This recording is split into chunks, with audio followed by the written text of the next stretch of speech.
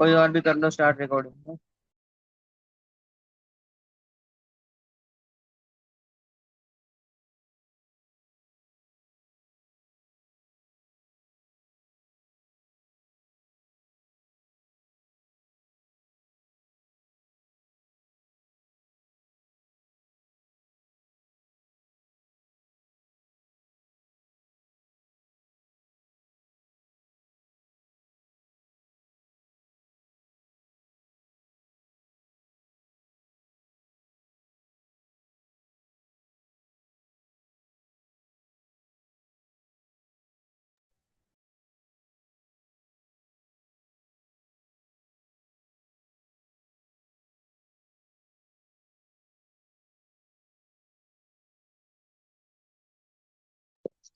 ठीक है तो स्टार्ट करते हैं।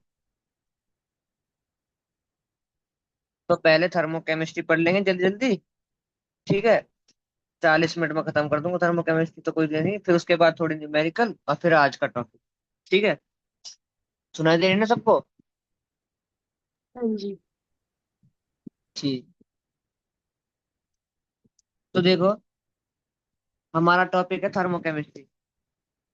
तो थर्मोकेमिस्ट्री में क्या होता है, रिएक्शनों के बारे में पढ़ेंगे वाया हीट या फिर वाया टेम्परेचर चेंज।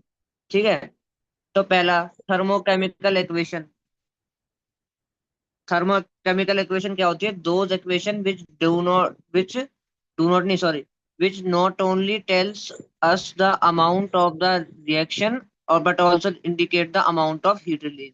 मान लो कोई रिएक्शन है हमारे पास, जैसे ये रही, सी solid plus O2 gives CO2। इसमें हमें पता लग रहा है कि कितनी हीट इवॉल्व हुई। तो ये रिएक्शन कैसी है? ये रिएक्शन है थर्मोकेमिकल, थर्मोकेमिकल इक्वेशन है ये। ठीक है। ऐसी इक्वेशन को थर्मोकेमिकल इक्वेशन कहते हैं, यहाँ तक कोई दिक्कत नहीं होगी। ठीक है। अब उसके बाद आती है हीट ऑफ रिएक्शन। अब इसमें ना डेफिनेशंस आएंगी कई सारी। ठीक है। तो मैं वो डेफिनेशंस बताता चलता हूँ। इसमें क्वेश्चन नहीं, क्वेश्चन नहीं डाल रखा, चलो मैं डेफिनेशन बताता चलता। तो पहली डेफिनेशन है हीट ऑफ रिएक्शन। ठीक है। तो हीट ऑफ रिएक्शन क्या कहती है? हीट ऑफ रिएक्शन कहती है the amount of the heat changes when number of moles of reactants reacted completely. इसका मतलब क्या है? मान लो कोई रिएक्शन है, जैसे ये रही 2H2 plus O2 gives 2H2O। जब तक इसके रिएक्टेंट जब इसके रिएक्टेंट पूरे हमारे यूज हो जाएंगे ना, तब हमारी जो हीट रिलीज होगी उसे क्या कहेंगे? Heat of reaction. वैसे तो कभी भी रिएक्शन कोई भी पूरी कंप्लीट नहीं हो पाती 100%, लेकिन हम मान के चलते हैं कि चलो 97%, ठीक है 98%। ठीक है। तो लक्ष्य हाँ मोल कौन कंसेप्ट भाई? की क्लास चल रही। ठीक है, लक्ष्य कहने लगी भाई बालकंदे भाई की माइक ऑफ कर सर से लो। बोलूंगी। रमेश भाई माइक ऑफ स्क्रीनशॉट कर तो लो भाई। ये कह रही मैं स्क्रीनशॉट भेजती हूँ सर पे, रमेश कौन कौन भाई है क्लास माइक में। ऑफ कर लो भाई। तो सर से बोलूंगी इसकी। ठीक है।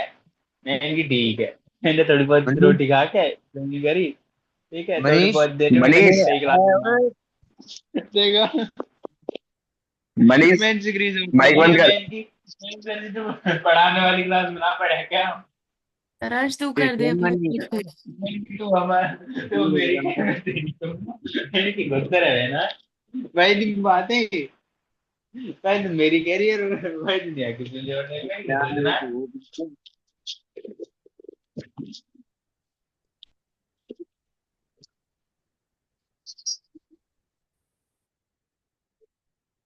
तो यार सारा प्रो खराब कर दिया यार, तो बात थोड़ी होती है। माइक ऑफ करके आ जाया करो यार। हाँ तो दिख रही है ना स्क्रीन? तो हम कहाँ पे थे? मैं कह रहा था हीट ऑफ रिएक्शन। तो हीट ऑफ रिएक्शन मैंने बता दिया कि जब भी हमारे रिएक्टेंट जो होते हैं वो पूरी तरीके से रिएक्ट कर जाते हैं, तो उसको हीट ऑफ क्या कहते हैं? रिएक्टेंट कहते हैं।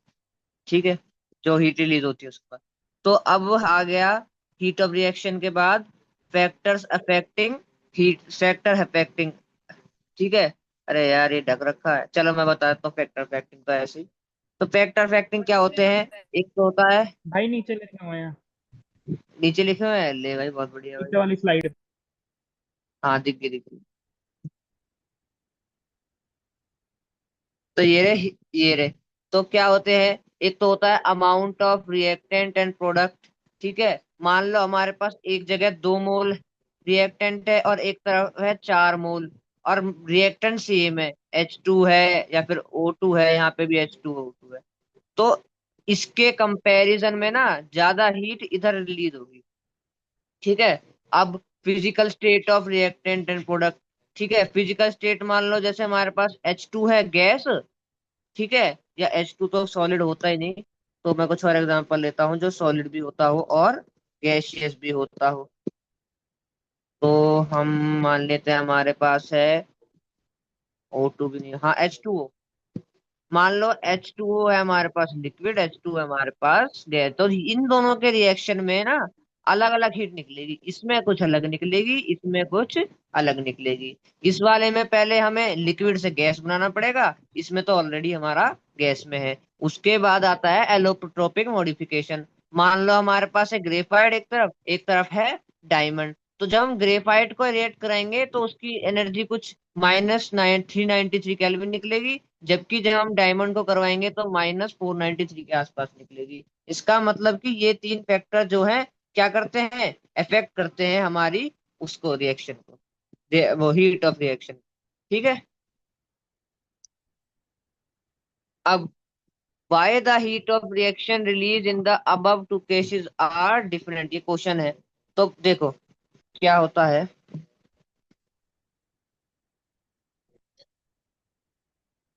हाँ, तो what is change in heat of carbon form from graphite from diamond, from graphite to diamond. तो देखो यहाँ पे रिएक्शन है, पहले तो दोनों में CO2 ही निकलेगा। ऑब्वियस सी बात है, जब सी का जब हम कार्बन, दोनों कार्बन कंपाउंड है, प्योर कार्बन है। ठीक है। तो हमने ना इसमें बता दिया प्रूव करके कि जो हमारा डायमंड है उसमें अलग हीट रिलीज होगी, और जो हमारा ग्रेफाइट है उसमें अलग हीट रिलीज होगी। जैसे ये रहा, एडिंग करके दिखा दिया कि 100 किलो जूल का फर्क आ रहा है, इसका मतलब ये कौन सी है, एंडोथर्मिक प्रोसेस। ठीक है। ठीक है। अब इसके बाद और भी पॉइंट होते हैं, कंसंट्रेशन ऑफ सॉल्यूशन और टेम्परेचर। मान लो कोई गर्म सॉल्यूशन है, एक ठंडा सॉल्यूशन है, तो भाई ठंडे को ज्यादा हीट देनी पड़ेगी और गर्म को obvious सी बात है पहले ही रिएक्ट कर जाएगा। ठीक है। अब आ गया किरचॉफ इक्वेशन। किरचॉफ इक्वेशन क्या होती है, ये क्या होता है, इसमें कुछ नहीं होता। हमारे पास एक जगह होता है एंथैल्पी चेंज 1 और enthalpy change 2 divide by T2 minus T1 is equal to del Cp। Del Cp क्या होता है, हमारे पास molar heat capacity at constant pressure.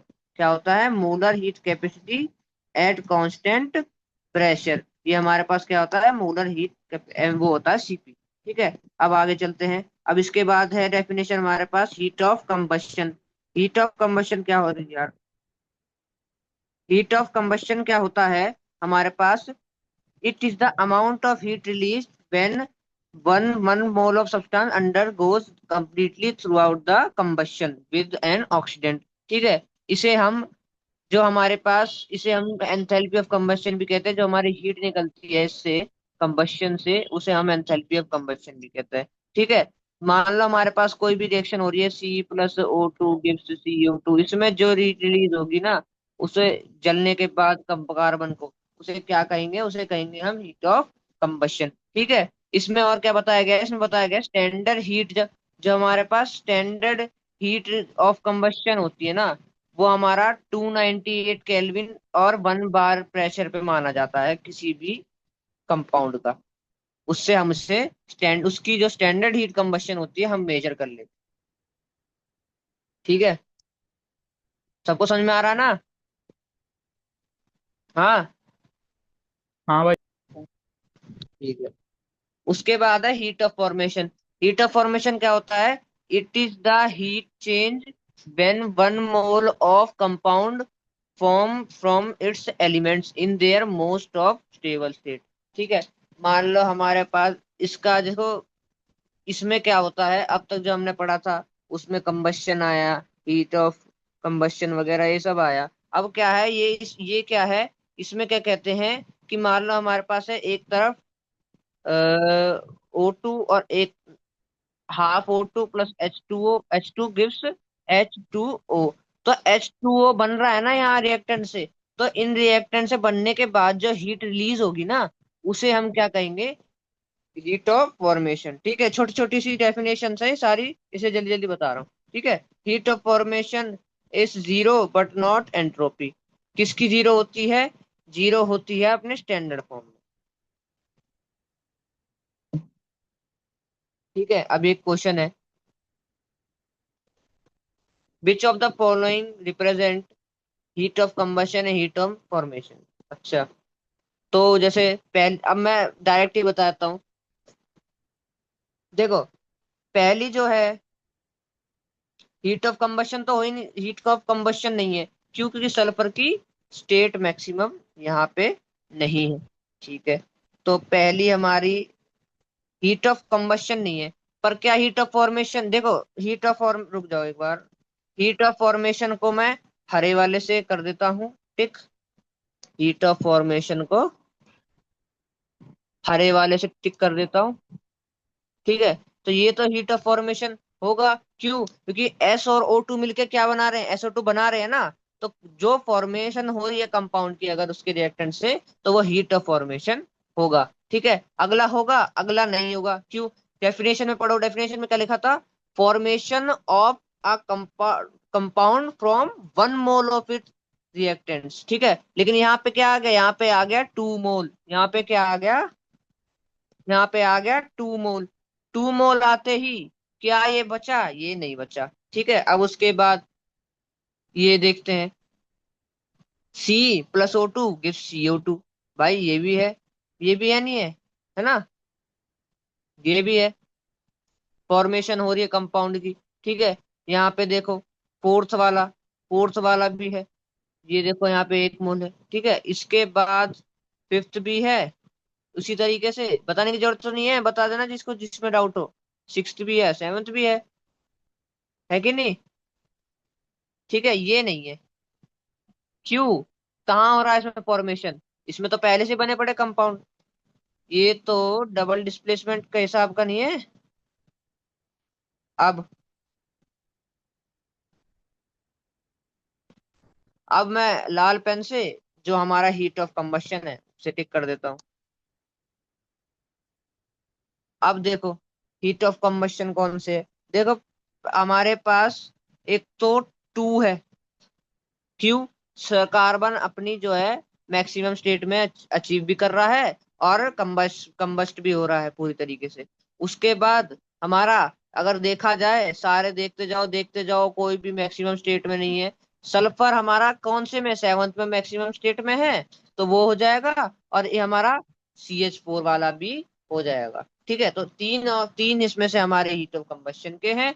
और 1 2 3 4 5 6 हमारे पास क्या है, 6 हमारे पास है हीट ऑफ फॉर्मेशन के। ठीक है, आगे बढ़ते हैं। अब आ गया कैलोरीफिक वैल्यू। कैलोरीफिक वैल्यू क्या होती है, energy produced bye 1 gram of food और 1 gram of fuel is called calorific value. ध्यान समझो क्या कह रहा है। इसकी देखो, इसे हम ऐसे भी बोल सकते हैं कि energy produced by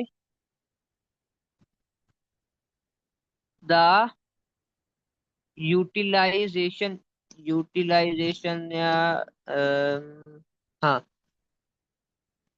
energy produce by 1 gram of fuel is called calorific value. अब वो फ्यूल कुछ भी हो सकता है, या तो हमारे लिए, हमारे ह्यूमन बॉडी के लिए वो फूड हो, फूड क्या है हमारे लिए, फ्यूल है। ठीक है, या फिर हमारे पास जो है गाड़ियों का फ्यूल हो गया। ठीक है, एरोप्लेन का फ्यूल हो गया, ये सब भी हम इसमें काउंट कर सकते हैं। बस कंडीशन क्या है, वो क्या होना चाहिए, 1 ग्राम होना चाहिए। ठीक है, आगे बढ़ते हैं हम। Which is better rocket fuel, rocket fuel better कौन सा, छोटा सा क्वेश्चन है। देखो, रॉकेट फ्यूल बेटर हमारा N2 और H2 में से H2 होगा। H2 क्यों होगा? क्योंकि इसको पर ग्राम हमें क्या, पर ग्राम इसको हीट कम देनी पड़ेगी हमें, उसके लिए, इसको कंबस्ट करने के लिए। और कंबस्ट करने के लिए जब कम वैल्यू देनी पड़ेगी तो इसकी कैलोरीफिक वैल्यू कम, तो हमारे पास इसकी जो एफिशिएंसी है वो ज्यादा होगी, तो वो हमारा अच्छा फ्यूल हो जाएगा। ठीक है। अब अगला, इफ द एंथैल्पी, ये खुद कर लेना, ये कुछ मुश्किल नहीं है, किसको पूछना हो तो बता दो, नहीं पूछना। ठीक है। ये एग्जाम्पल्स है, क्या एग्जाम्पल है हमारे पास? एग्जाम्पल है, carbon plus 2H2 give CH4 plus, और फिर जब हम देखो, फिर उसके बाद हमें इसका क्या, ये हमें दिखना था इसका हीट ऑफ फॉर्मेशन, उसके बाद हमें इसको उसमें करना था कन्वर्ट, क्या कहते हैं उसे, अरे दिखा नहीं है गैस में, रुक जा।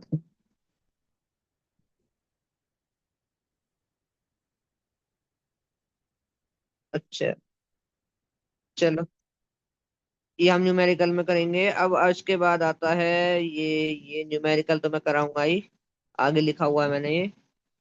तो अब आ गया हमारे पास बॉन्ड एनर्जी। बॉन्ड एनर्जी क्या होता है? Energy released when one mole of bond is formed और from isolated gaseous atom and एनर, या फिर क्या हो सकता है, और energy required when one mole of bond is formed from its isolated gaseous atom is called bond energy. समझ में आ रहा है सबको? हम्म। हाँ। ठीक है। तो एक और पॉइंट, इसमें हेटेरोलिटिक टाइप में हमारे आयन जो है कंबाइन करते हैं। ठीक है।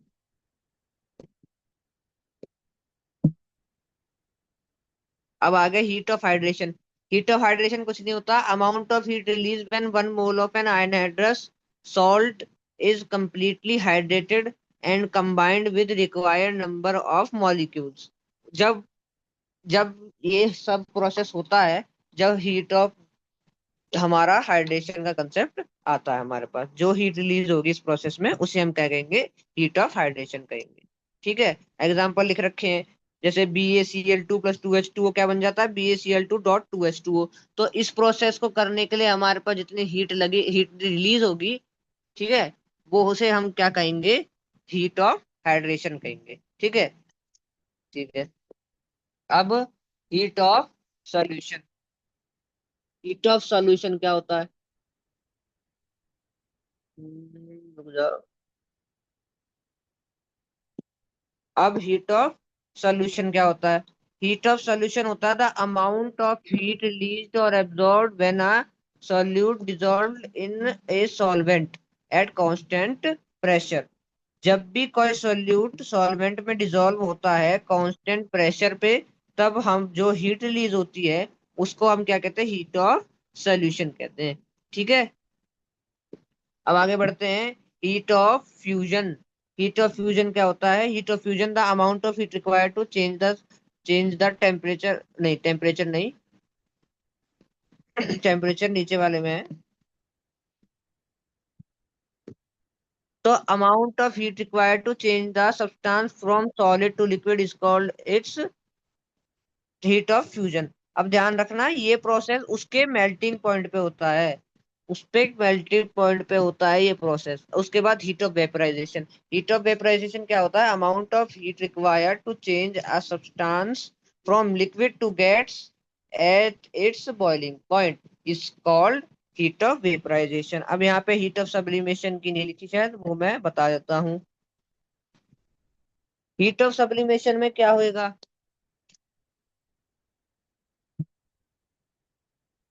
हीट ऑफ सब्लिमेशन में,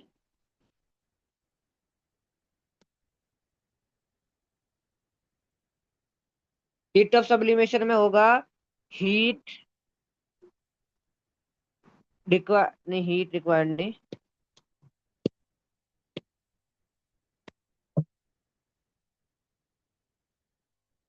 the amount of heat, amount of heat required to change a solid directly to its gaseous state below its melting point,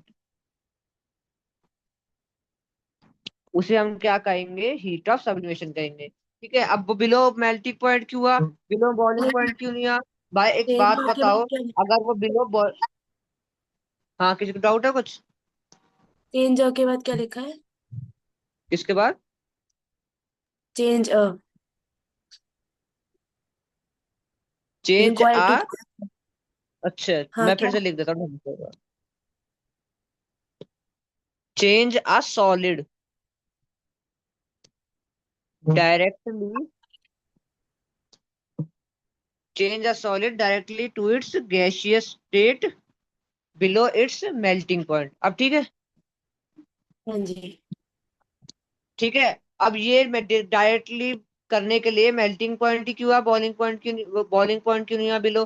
देखो, अगर हम डायरेक्टली इसे इसके उसमें कर देते, क्या ना, अगर हम बॉइलिंग पॉइंट के नीचे करते तो मेल्टिंग पॉइंट के ऊपर होता, और मेल्टिंग पॉइंट के ऊपर क्या कन्वर्ट हो जाता? अपने लिक्विड स्टेट में कन्वर्ट हो जाता। ठीक है, ये जो मैं बता रहा हूँ हीट ऑफ सब्लिमेशन, ये कैसे होता है? मान लो इवेपोरेशन की तरह है। ठीक है, अब हम मैं एक बार चेक कर लेता हूँ कि हमारी कोई डेफिनेशन बच तो नहीं गई, नहीं बची होगी, तो हम इसके बाद न्यूमेरिकल स्टार्ट करते हैं। किसी को डाउट? बताओ जल्दी, तब तक मैं चेक करता हूँ। नहीं। बस तू ही थोड़ी है भाई, क्लास में और भी बच्चे हैं यार। तो तूने मुझसे पूछी? नहीं भाई, तेरे से नहीं।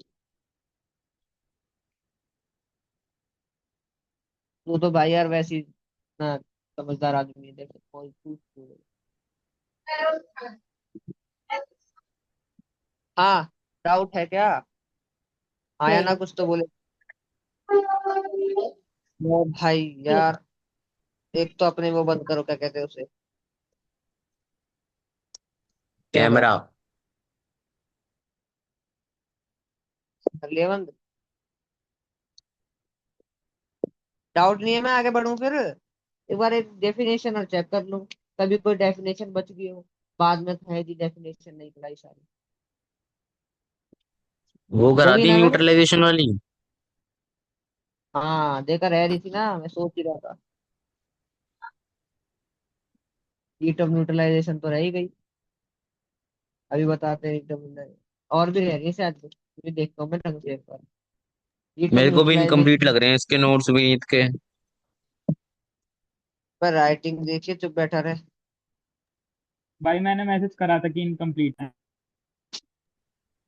प्लीज भाई, उठा लेंगे, ऐसा कोई नहीं दिक्कत भाई, नहीं है। भाई साहब तो राइटिंग देख के लेते हैं नोट्स। अरे भाई यार, रुक जाओ, एक बार चेक तो कर दो।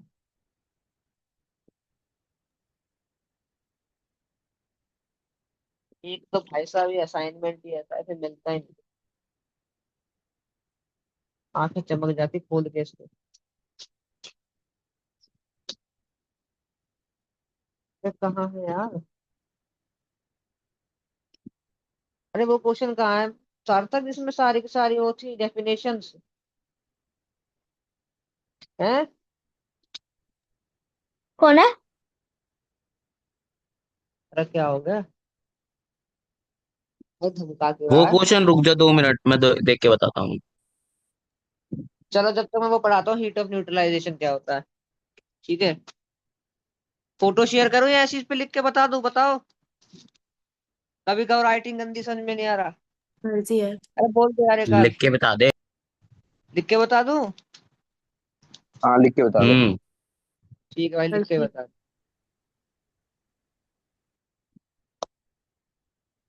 भाई साहब आज की स्लाइड बहुत ज्यादा है।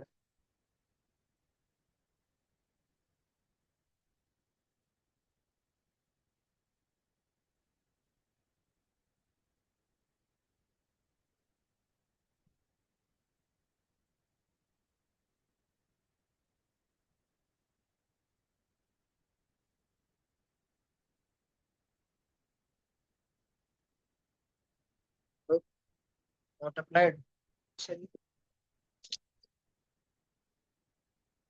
तो हीट ऑफ न्यूट्रलाइजेशन पढ़ेंगे, उसके बाद एक और है शायद, कौन सी है, रेजोनेंस एनर्जी है शायद, हीट ऑफ क्रिस्टलाइजेशन भी बतानी है। ठीक है, तो पहले बताता हूँ हीट ऑफ क्रिस्टलाइजेशन क्या होती है। हीट ऑफ क्रिस्टलाइजेशन कुछ नहीं होती, हीट रिलीज व्हेन वन मोल, रखा है या मैं क्वेश्चन। इसको और भी बता देता हूँ। हैं? तेरी स्क्रीन नहीं दिख रही सारांश? स्क्रीन नहीं दिख रही क्यों नहीं तेरी। दिख रहा? क्या हो गया? पूरा देखता हूँ अभी। अरे यार ये क्या हो गया? रिकॉर्डिंग चल रही है ना, कोई कर तो रहा, रिकॉर्डिंग नहीं कर रहा। हाँ हाँ चल रही है। हाँ, तो ये स्क्रीन कैसे नहीं पता है। अब दिख रही है? हाँ दिख रही। ठीक, तो मैं क्या कह रहा था कि एक तो मैं औरली बता देता हूँ, ये वाली तो खैर आसान है। हीट ऑफ क्रिस्टलाइजेशन, जब भी हमारे पास क्रिस्टल बनते हैं किसी भी रिएक्शन में वन मोल के हिसाब से, जो जो तब जो हीट निकलती है उसे हीट ऑफ क्रिस्टलाइजेशन कहते हैं। ठीक है, अब उसके बाद आ गई हीट ऑफ न्यूट्रलाइजेशन, इसे मैं बताता हूँ ढंग से। हीट ऑफ न्यूट्रलाइजेशन, जल्दी जल्दी करना पड़ेगा यार काम में थोड़ा, ये हीट ऑफ दिक्कत हो जाएगी। क्रिस्टलाइजेशन एक बार इंग्लिश में होता। क्या बताओ हीट ऑफ क्रिस्टलाइजेशन? डेफिनेशन बता हाँ, इंग्लिश में एक बार। ठीक है। तो दम ही वो क्या होती है, amount of heat released when one mole of crystals are form from its, क्या कह सकते हैं, हम कह सकते हैं इट्स रिएक्टेंट्स। ठीक है, ठीक है। Then the heat release is called heat of crystallization. अब हीट ऑफ, तो राइटिंग भी तो नहीं आ रही साहब, क्या चक्कर है पता नहीं। हीट ऑफ न्यूट्रलाइजेशन ये क्या होती है, ध्यान से देखिए। तो इसे क्या कहते हैं, amount of heat released when 1 gram of acid is neutralized from its conjugating base। Conjugating base लिख भी सकते हैं, जरूरी नहीं है वैसे लिखना। ठीक है, और ये जो है ये भी 1 ग्राम होना चाहिए, कंजुगेटिंग बेस भी क्या होना चाहिए, 1 ग्राम होना चाहिए। और वैसे तब जो कॉन्जुगेटिंग बेस का मतलब क्या होता है? कंजुगेटिंग बेस मतलब जो तुम बेस उसके साथ यूज कर रहे हो। ठीक है, अच्छा। ठीक है। अब एक एक example, HCl plus NaOH gives NaCl plus H2O। ठीक है, इस ये एसिड है, पता ना हो तो, ये बेस है, ये रिएक्ट करेंगे तो यहाँ पे एनर्जी रिलीज होगी। ठीक है, जो एनर्जी, जितनी अमाउंट में एनर्जी रिलीज होगी वो इस रिएक्शन की हीट ऑफ न्यूट्रलाइजेशन हो जाएगी। बात आई समझ में? हाँ। आ गई। अब एक पॉइंट है इधर, बहुत ध्यान से सुनना, उस पॉइंट को, बहुत इंपॉर्टेंट पॉइंट है। जो हमारे पास 1 मोल, या मैं लिखता रहूंगा ध्यान रखना, 1 मोल ही है। ठीक है, जब हमारे पास H प्लस आयन 1 मोल, रुक जाओ मैं ढंग से बताता हूँ एक बार, तो मैं फिर समझ में नहीं क्या पता। 1 मोल और H plus plus 1 mole of OH ion जब हमारे रिएक्ट करते हैं, O2 बनाते हैं, तो जो हीट रिलीज होती है ना, वो होती है फिक्स्ड। एक जब एक H2O एक H प्लस से हमारा वो होता है, क्या कहते हैं उसे, रिएक्ट होता है, H2O बनाता है, तो जब हमारी हीट रिलीज होती है वो होती है माइनस का 57.1 किलो जूल पर मोल। बात आगे समझ में? ये इंपॉर्टेंट पॉइंट था इसका। ठीक है, हाँ या ना?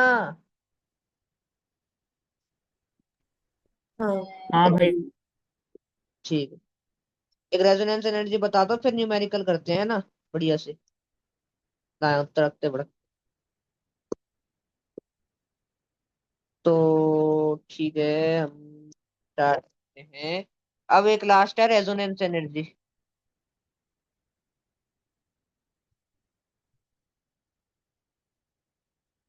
रेजोनेंस एनर्जी क्या होती है हमारे पास? मान लो कि हमारे पास ये एक ग्राफ है, ढंग से बनाते हैं। ढंग से कैसे बनाएंगे?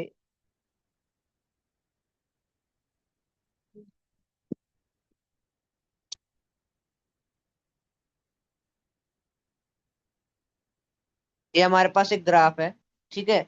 मान लो यहाँ पे हमारा है रेजोनेंस एनर्जी, रेजोनेंस एनर्जी का हमारा दूसरे वाले रेजोनेंस, उसका क्या कहते हैं, रेजोनेंस स्ट्रक्चर का, ठीक है। और अरे यार, कहाँ भग रहा भाई, यही रहे।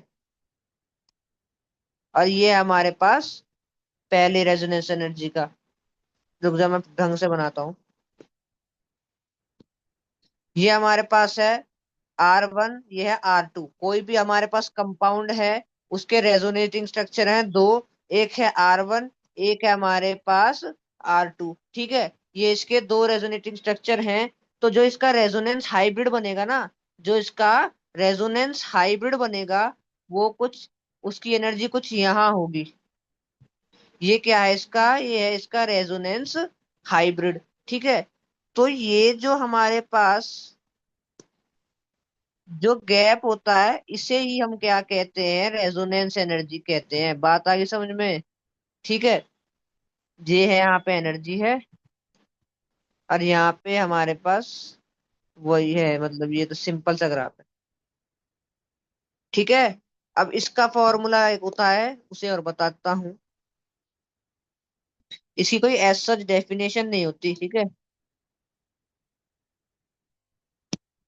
तो हमारे पास जो इसका फॉर्मूला बनता है, resonance energy equal to del H expected, जो हमें क्या होती है? एक्सपेक्टेड, ठीक है, माइनस डेल एच एक्सपेरिमेंटल।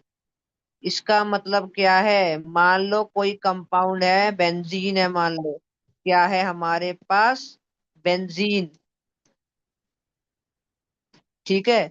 हमारे पास है बेंजीन। तो इसमें यहाँ होता है बॉन्ड, यहाँ होता है, यहाँ होता है, ठीक है। ए, ये हमारे पास बेंजीन, ठीक है। यहाँ बॉन्ड है, यहाँ बॉन्ड है, यहाँ बॉन्ड है। तो जब हमें रेजोनेंस से पहले क्या लगा था कि जो इसकी एंथैल्पी आएगी, मान लो वो आएगी ज्यादा, हमें ये लगा था कि इसकी एंथैल्पी ज्यादा आएगी। लेकिन जब इसमें रेजोनेंस हो गई, जब इसमें क्या हो गई? रेजोनेंस हो गई। इसमें क्या कर दी हमने? रेजोनेंस कर दी। तो जो इसकी जो हमारे पास एनर्जी थी, वो क्या हो गई? कम हो गई। क्यों? क्योंकि रेजोनेंस एनर्जी ज्यादा स्टेबल, रेजोनेंस जो हमारे पास इसकी जो रेजोनेंस स्ट्रक्चर होंगे, वो ज्यादा स्टेबल होंगे, स्टेबिलिटी ज्यादा होगी। तो हमारे पास स्टेबिलिटी ज्यादा होने की वजह से एनर्जी क्या हो जाती है? एनर्जी कम हो जाती है। तो इसकी एनर्जी कम हो जाएगी। तो जो हमारा डेल एच था एक्सपेक्टेड, वो क्या हो गया? डेल एच एक्सपेरिमेंटल से कम हो गया। बात आगे समझ में? आगे नहीं आ गई? रेजोनेंस एनर्जी समझ में आ गई ना? अब हम न्यूमेरिकल स्टार्ट कर दें। जी। हाँ। सारे, हाँ, हमारी डेफिनेशन सारी हो गई है। अब हम न्यूमेरिकल चालू करते हैं।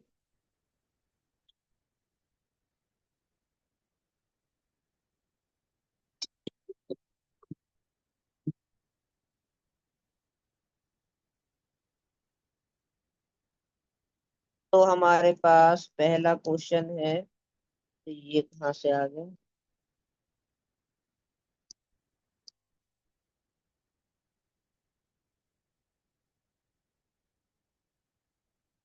तो पहला क्वेश्चन है हमारा, देख हम 19वें से स्टार्ट करेंगे।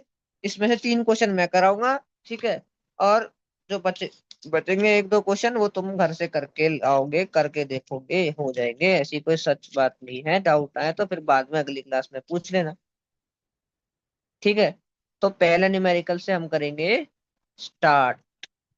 तो पहला न्यूमेरिकल क्या कह रहा है, पढ़ो, कोई कोई बच्चा पढ़ दो ढंग से एक बार। क्वेश्चन नंबर हमारा कौन सा कराऊं, 19th का बी पार्ट पढ़ दो कोई भी, जल्दी पढ़ दो यार। विनीत तू पढ़ दे।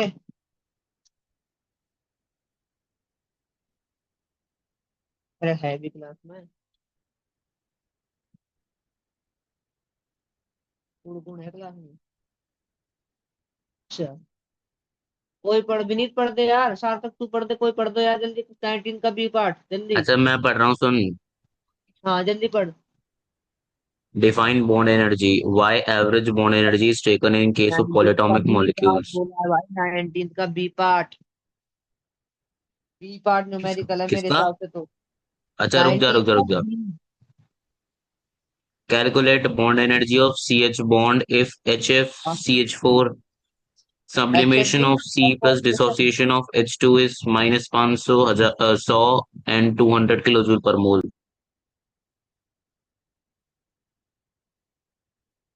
ठीक है। तो क्वेश्चन क्या कह रहा है हमें, क्वेश्चन ने कह रहा है कि हमें bond energy of C H bond निकालनी है। और जब हमें क्या दे रखी हो, heat of formation of CH4 दे रखी है, और सब्लिमेशन ऑफ कार्बन दे रखा है, और हीट ऑफ डिसोसिएशन ऑफ क्या दे रखा है, H2 दे रखा है। तो हमें हीट ऑफ रिएक्शन निकालनी है, हीट हीट ऑफ रिएक्शन नहीं, सॉरी, हमें बॉन्ड एनर्जी क्या निकालनी है, CH बॉन्ड की निकालनी है, ठीक है। तो स्टार्ट करते हैं। तो हमें दे रखा है कार्बन सॉलिड, इसकी हम हीट ऑफ फॉर्मेशन कैसे लिखेंगे, इसकी हीट ऑफ फॉर्मेशन लिखेंगे कार्बन सॉलिड प्लस